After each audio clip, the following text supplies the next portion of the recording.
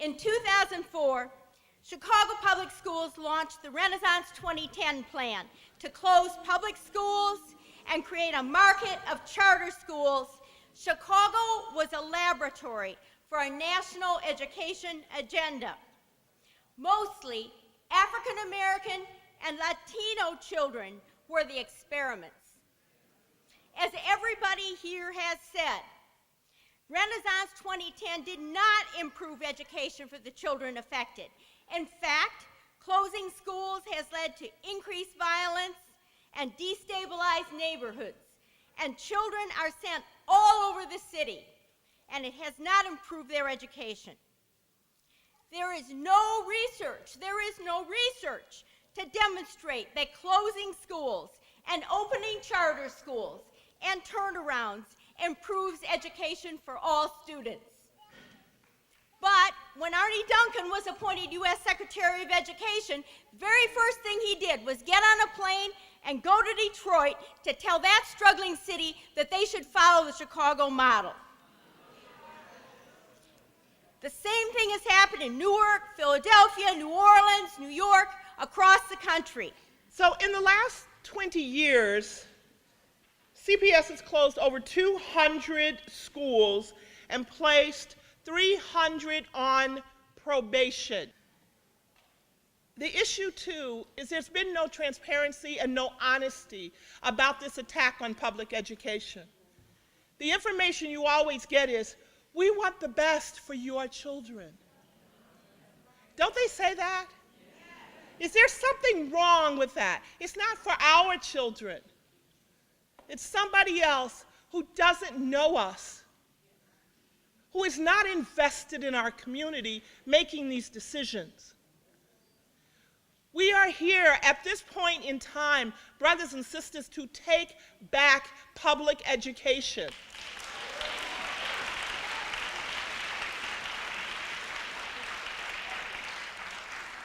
And it's not just here. It's in New York. It's in LA. It's in Houston. It is in Cincinnati. It's in Charlotte, Mecklenburg. It is across the country and, quite frankly, across the world. As Karen Lewis said, what's happening in Chicago is part of a national assault on public education, an assault on public education. Disinvesting and closing neighborhood schools, attacking teachers' unions, and expanding privately run charter schools with public funds. We pay for those charter schools. This is all aimed at turning education into a market, with schools, just like everything else, from parking meters to public housing to city services, privatized and run like businesses. Our children are not businesses. They want schools to be giant shopping malls where the few parents with the most resources have access to quality, selective public schools, while charter school chains multiply in low-income communities of color. And most children in working-class African American and Latino neighborhoods do not have the one choice that makes the most sense. They talk about choice. We don't have the one choice that makes the most sense. And that is a world-class public school in their own neighborhood that every child can attend. But what is so frightening here in Chicago is that what we have gone into is an era of educational apartheid. Let's call it for what it is. And I don't care who it makes uncomfortable. We have an opportunity to do something amazing because there is an opportunity to collaborate. But the problem with the word collaborate is it has a lot of different meanings. And the problem with the way our schools, because even this new mayor has said there's something wrong with the system. He has finally acknowledged that. Now, he's also acknowledged that he wants to separate teachers from their union leadership, which quite frankly is illegal. But we are at a point in time right now where we have to make a decision whether we are going to allow somebody else to identify and value and critique and constantly tell us, here's one more hoop for you to jump through. Here's one more opportunity for us to move the goalposts, not just backwards and away from you, but sideways and upside down and in different planes. And we're not giving you the rule book until after you can't make the touchdown. That's what we are facing right now. We have a representative here from Woodson School. Woodson School has been slated to be turned around. And for those of you who don't know about that process, every person at that school will be fired. Those children will lose people that they have worked with throughout the years. They will be fired. We have someone here representing Woodson School. We cannot allow the city to take this away from our children. So we have right now Mr. Brown, who will be speaking on behalf of Woodson South. I have been a teacher at Woodson Elementary School now for 20 years. And Woodson Elementary School has always been one of the top schools in Region 13. Over the last 3 years, our school has been completely gutted of resources, and we received a new principal who basically tore the school apart. Now, the Board of Education is coming back to Woodson Elementary School saying, we need to fire all the teachers in your school. We were the #1 school in Region 13. Why do the teachers have to go? I say the Board of Education needs to go. They need to come up with a coherent strategy for raising test scores. A coherent strategy. Thousands of teachers have been fired. Test scores remain the same as they were in the year 1992. The Board of Education hasn't raised any test scores. They're playing some kind of shell game. They're moving A and B students over here and C and D students over there. It's time for the Board of Education to be held accountable. Thank you. My name is Amanda Gallegos. I'm a first-year teacher at Pablo Casals Elementary School. They're trying to say that Casals is one of the lowest schools in their neighborhood. We're here to set the story straight. Right now we have our students at 62%.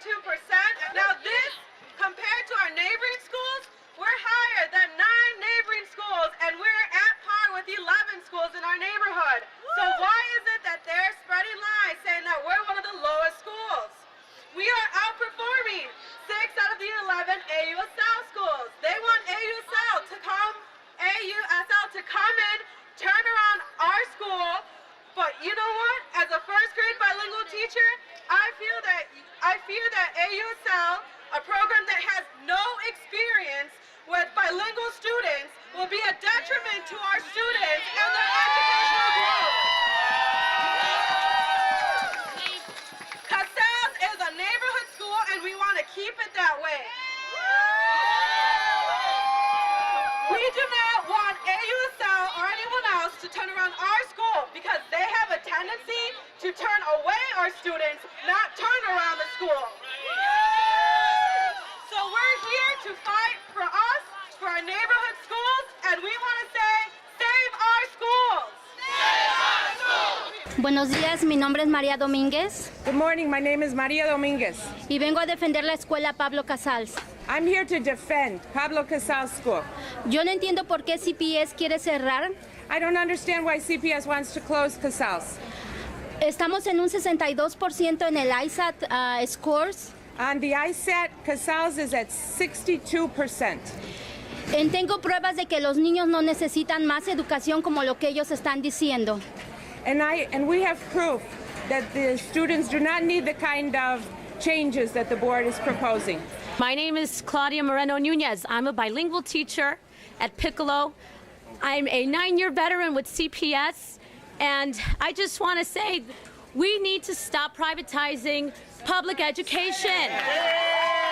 We need to support our schools, not close them. We can function if the board and our legislators give us the funding we need to support our schools. We can make our schools great. A number of teachers at our school, including myself, we hold master's degrees. We're nationally board certified, and we are qualified. We're overqualified. We know the needs of these students. Please come visit our schools. Look at the changes we have put in place. We have new administrators at our school that are doing a magnificent job. And I just want everyone to know, to come visit our schools. We have the best program in place. The board has no clue. They have not been out to our school. We have new administration this year, and they have done a magnificent job thus far. We have begun our own turnaround. We are lacking funding. We need more funding.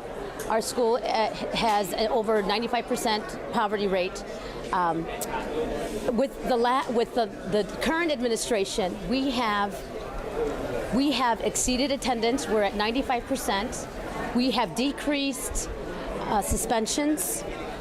We have 30 this year only, as compared to 561 from last year. We bought new materials. We have a rigorous curriculum, and we are doing everything possible to turn this school around on our own. We don't need a private company to come and take over. This is a public school. Let's keep it public. Let's not do an injustice to our children. We're all well-qualified teachers. We know what we're doing. We're nationally board certified with master's degrees, over 10 years of experience. So we're doing everything we can. Don't close our school. Don't turn us around. What we need is technology. We do not have a functioning computer lab. We need smart boards. We need technology. This is a new wave of an era of technology-based instruction, and we have no smart boards. We have no technology. We are at very, very, very limited scarce resources. No printers. Teachers can't even print out their lesson plans. We have to find a working printer in the school. So we do not have any of those necessities for educating our children. My name's Hannah Richardson, and I'm a teacher at Amos Alonzo Stagg Elementary School. I teach in the Montessori program with the primary children aged 3 to 6 years old. Our school has worked very hard to get a Montessori program into the school, and as many people know, Montessori is often a program that's only offered to well-off children who are able to afford the tuitions in private schools. In our program, we're able to offer these same educational opportunities to children who normally wouldn't see it. My children are performing at the same levels of students that I've taught in years past from very wealthy, affluent families. They have the capability. They're ready to do this. We don't want our school to be turned around. We want our school to continue on the path that it is, where we are increasing scores all the time. We are increasing our academic achievement every day. And if our children are in school that's turned around next year, the Montessori program will be gone, and these opportunities and successes will be lost. Good morning. My name is Erica Jenkins, a proud parent of 3 children at Stagg Elementary School. I don't understand what's happening with the charter schools. I don't understand that, but what I do know is that my children are able to go to school age 3, 2nd grader and 8th grade, and they see the same faces every day whom they enjoy to see, who are promoting scholars, who are encouraging. Some kids don't get that smile or that hug when they come to school. What's going to happen in August when all of our teachers are taken out of the school to our children's morale right before the ISAT test? What's going to happen to these kids? They need hope. Teachers are the foundation. Most kids, a lot of kids don't have maybe what I can provide to my children at home. But I am here to bear witness and to stand in gap for all teachers, all parents in the community, that Stagg Elementary School, their teachers, custodial workers, every member of the school, they help to tutor, they help to give an ear, a shoulder, anything that is needed for the kids. We need more resources, none taken away. Save our schools! Save our schools! Save our schools! Save our schools! Bob Hubert from Marquette School. Hi, we had to get Marquette in here. Marquette, we got a busload down here. Marquette, we've been fighting the good fight for a long time. The board has been on us for about 4 years now, just putting a lot of pressure on. We still raised scores last year, 5%. Yep.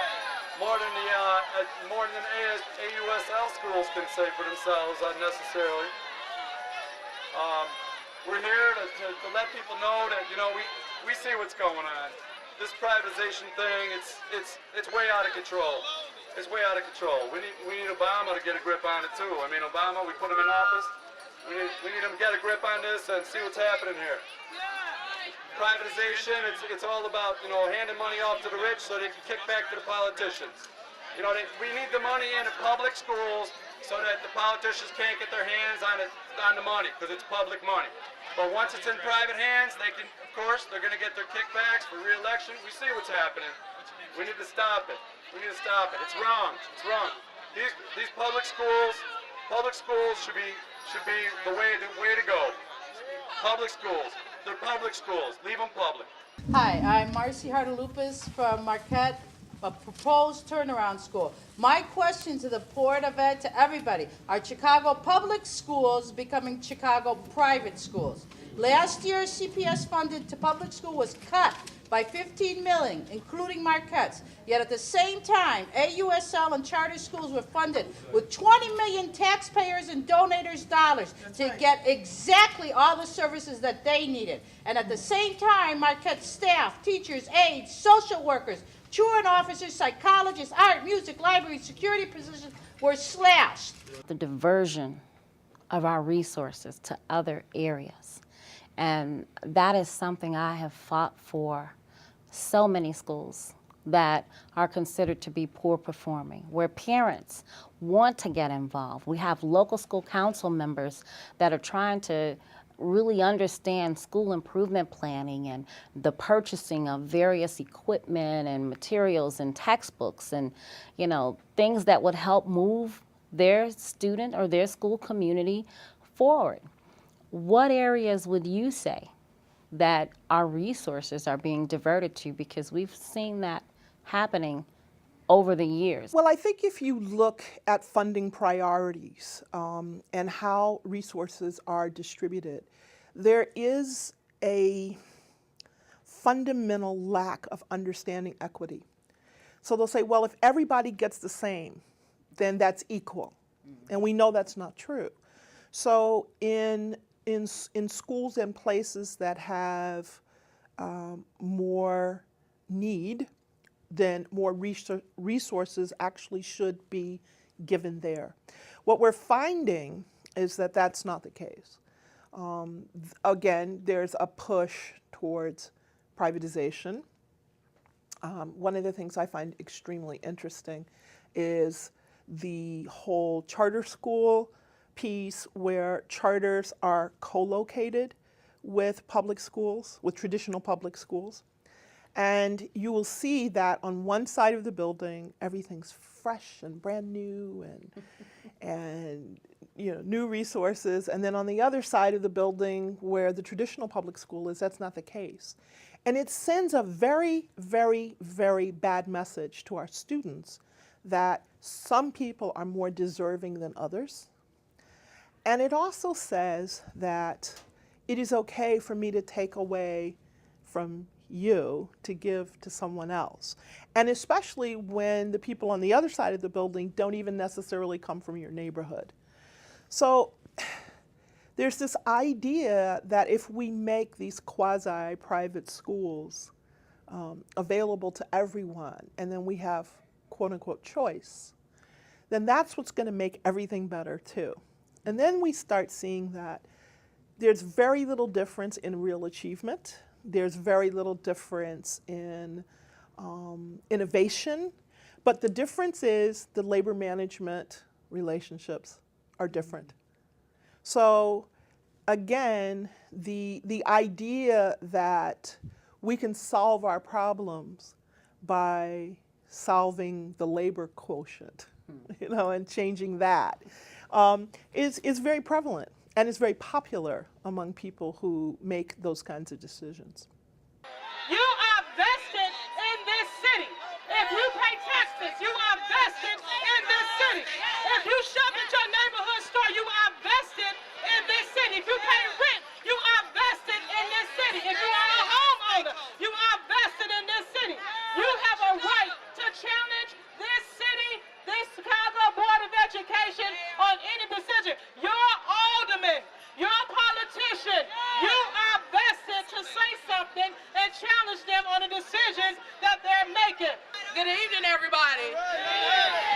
Jeanette Taylor-Smith. I'm a parent leader from the Kenwood-Oakland Community Organization.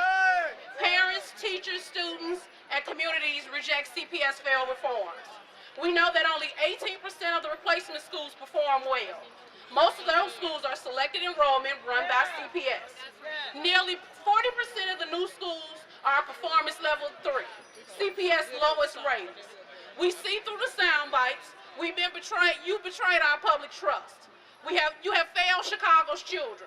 You have prayed on the altar of the greedy and dare call it education. We value people over profit. Every life is precious. Our children are not products to be sold. But children have died, literally and spiritually, as a result of your bad policies. Mayor Rahm Emanuel, shame on you. John Clark Bazaar, shame on you.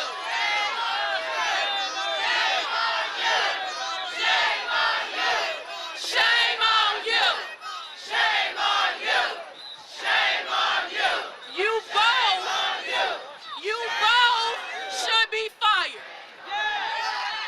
At Coco, we don't care what they vote in February. They're not getting our schools. I want you to hear me. We don't care what they vote in February, because we know in February, as they've done for the last 7 years, they're going to unanimously vote to kick our children into the street. So we don't care what the vote is on Saturday, on February. They're not getting diet. They're not getting price. They're not getting fuller. So how many people in this audience ready to say that? They're not getting our schools. They're not getting our schools. So let's get a few talking points so we all be on the same page. One, when they say we've invested millions of dollars into these schools, you've invested millions of dollars into your own failed reform. So the money you've invested is your fault because you never talked to us in the first place. Point number two, common denominator in everything they've done for the last 20 years is that they've locked us out.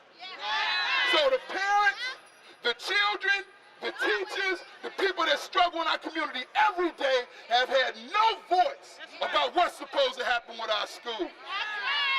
So the failed reforms are not yours.